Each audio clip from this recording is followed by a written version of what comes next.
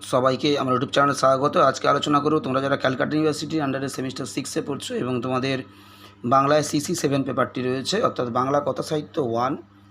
এই পেপার থেকে তোমাদের কোন কোন 15 নম্বরের প্রশ্ন এবং 5 নম্বরের প্রশ্ন ইম্পর্টেন্ট রয়েছে আজকে ভিডিওতে তোমাদেরকে প্রথম থেকে শেষ পর্যন্ত বলবো, তোমরা দেখতে থাকো।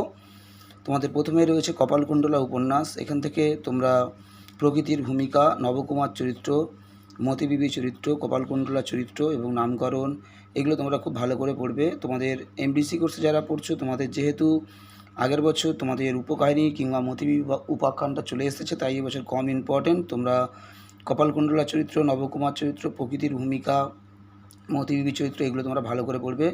নামকরণ যদি পরীক্ষাতে আসে, তোমরা নামকরণটা ঠিক যেভাবে তোমাদের লিখতে হয় সেইভাবে তোমরা লিখবে। লিখে কপালকুণ্ডলা চরিত্র, যেহেতু কপালকুণ্ডলা উপন্যাসটি যেহেতু কপালকুণ্ডলার নামে নামকরণ করা হয়েছে, তাই তোমরা উপন্যাস কিংবা গল্পের নামকরণ লেখার যে ধরন, প্রথমে তোমরা সেভাবে লিখবে। লিখে কপালকুণ্ডলা সম্পর্কে তোমরা লিখবে এবং শেষে গিয়ে তোমরা লিখবে যে কপালকুণ্ডলা উপন্যাসের নামকরণ চরিত্রধর্মী এবং সার্থক হয়েছে। তাই নামকরণটা আলাদা করে পড়ার দরকার নেই। তোমাদের মান 5-এ অনেক প্রশ্ন রয়েছে, তোমরা প্রশ্নগুলো দেখে নাও।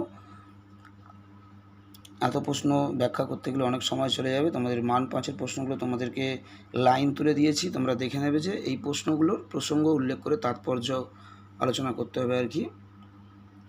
এখানে তোমাদের মান 5-এ উপন্যাস তো বিশাল বড় উপন্যাস, তোমাদের মান 5-এর প্রশ্ন পরীক্ষায় কমন পাওয়ানো খুব মুশকিল।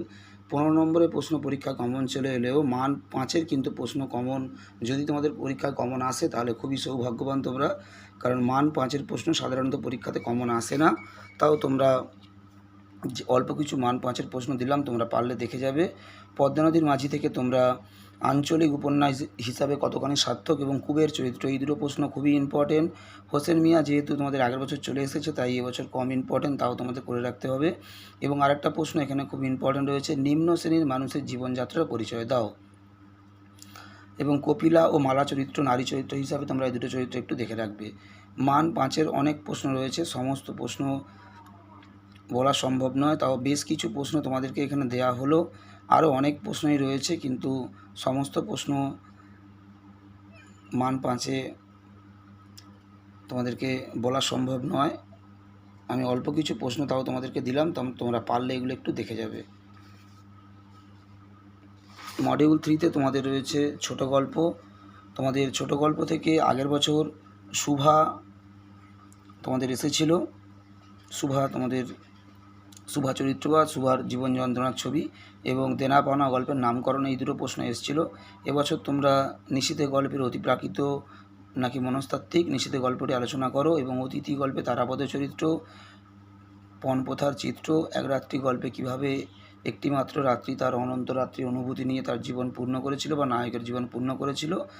এবং নামকরণটা এখানে আলাদা করে পড়ার দরকার নেই, ওই যে বললাম গল্পের নামকরণ বা উপন্যাসের নামকরণ কীভাবে লিখতে হয় সেভাবে তোমরা খানিকটা লিখে, যে নামকরণের সাহায্যে বিষয়বস্তুর আভাস পাওয়া যায় এবং নামকরণ কী কী ধরনের হয়ে থাকে, চরিত্রধর্মী, ব্যঞ্জনাধর্মী, বিষয়বস্তু কেন্দ্রিক, এগুলো তোমরা লিখে গল্পটা সম্পর্কে তোমরা আলোচনা করবে এবং শেষে গিয়ে তোমরা লিখে দেবে গল্পের নামকরণ বিষয়বস্তুধর্মী হয়েছে নাকি ব্যঞ্জনাধর্মী হয়েছে, এভাবে লিখলেই তোমাদের উত্তরটা হয়ে যাবে। ল্যাবরেটরি গল্পের সোহিনী চরিত্র খুবই ইম্পর্টেন্ট প্রশ্ন। এবং তার পাশাপাশি তোমরা মণিহারা গল্পের নামকরণ, এটা তোমরা একটু দেখে রাখতে পারো, খুব ভালো প্রশ্ন। এবং শুভা যেহেতু তোমাদের আগের বছর এসছে এমডিসি কোর্সে 2025-এ, তাই এবছর আসার সম্ভাবনা কম, তাও তোমরা দেখে রাখতে পারো এবং মান 5-এও আসতে পারে। এখান থেকে মান 5-এ আমি দেনা পাওনা গল্প থেকে বেশ কিছু মান 5 দিয়েছি, নিশীথে গল্প থেকে কয়েকটি দিয়েছি, এক রাত্রি থেকে দিয়েছি, এরপরে তোমাদের শুভা থেকে কিছু দিয়েছি। অনেক প্রশ্ন রয়েছে, প্রত্যেকটা গল্পে অনেক লাইন রয়েছে, সমস্ত লাইন দেওয়া সম্ভব নয়। বেশ কিছু লাইন যেগুলো মনে হয়েছে আসতে পারে বা বেশ কিছু চরিত্র যেগুলো আসতে পারে বলে মনে হয়েছে তেমনই কিছু দিয়েছি, তোমরা এগুলো দেখে রাখতে পারো। এই প্রশ্নগুলো তোমরা দেখে গেলে তোমরা অনেক কিছুই বুঝতে পারবে বা জানতে পারবে, তাহলে তোমরা মান 5 তোমাদের লেখার অনেক সুবিধা হবে। সব থেকে ভালো তোমরা যদি গল্পগুলো বা উপন্যাসগুলো একটু ভালো করে তোমরা রিডিং পড়ে যাও, ভালো করে তোমরা টেক্সটটা যদি পড়ে রাখতে পারো, তাহলে কিন্তু যে কোনো মান 5 পাওয়ার জন্য তোমাদের সুবিধা হবে। মান 5-এর কমন পেতে হলে তোমাদেরকে অবশ্যই টেক্সটগুলো অবশ্যই পড়তে হবে, তাহলে তোমরা মান 5 কমন পাবে। নতুবা মান 5 কমন পাওয়া কিন্তু খুবই মুশকিল। তাও যদি তোমাদের সাজেশনের মধ্যে থেকে চলেও আসে এক আধটা, তাহলে তোমরা অনেক সৌভাগ্যবান। মান 5 কমন পাওয়া কিন্তু খুব মুশকিল, তবে মান 15গুলো তোমরা কমন পাবে অবশ্যই। সবাইকে নমস্কার।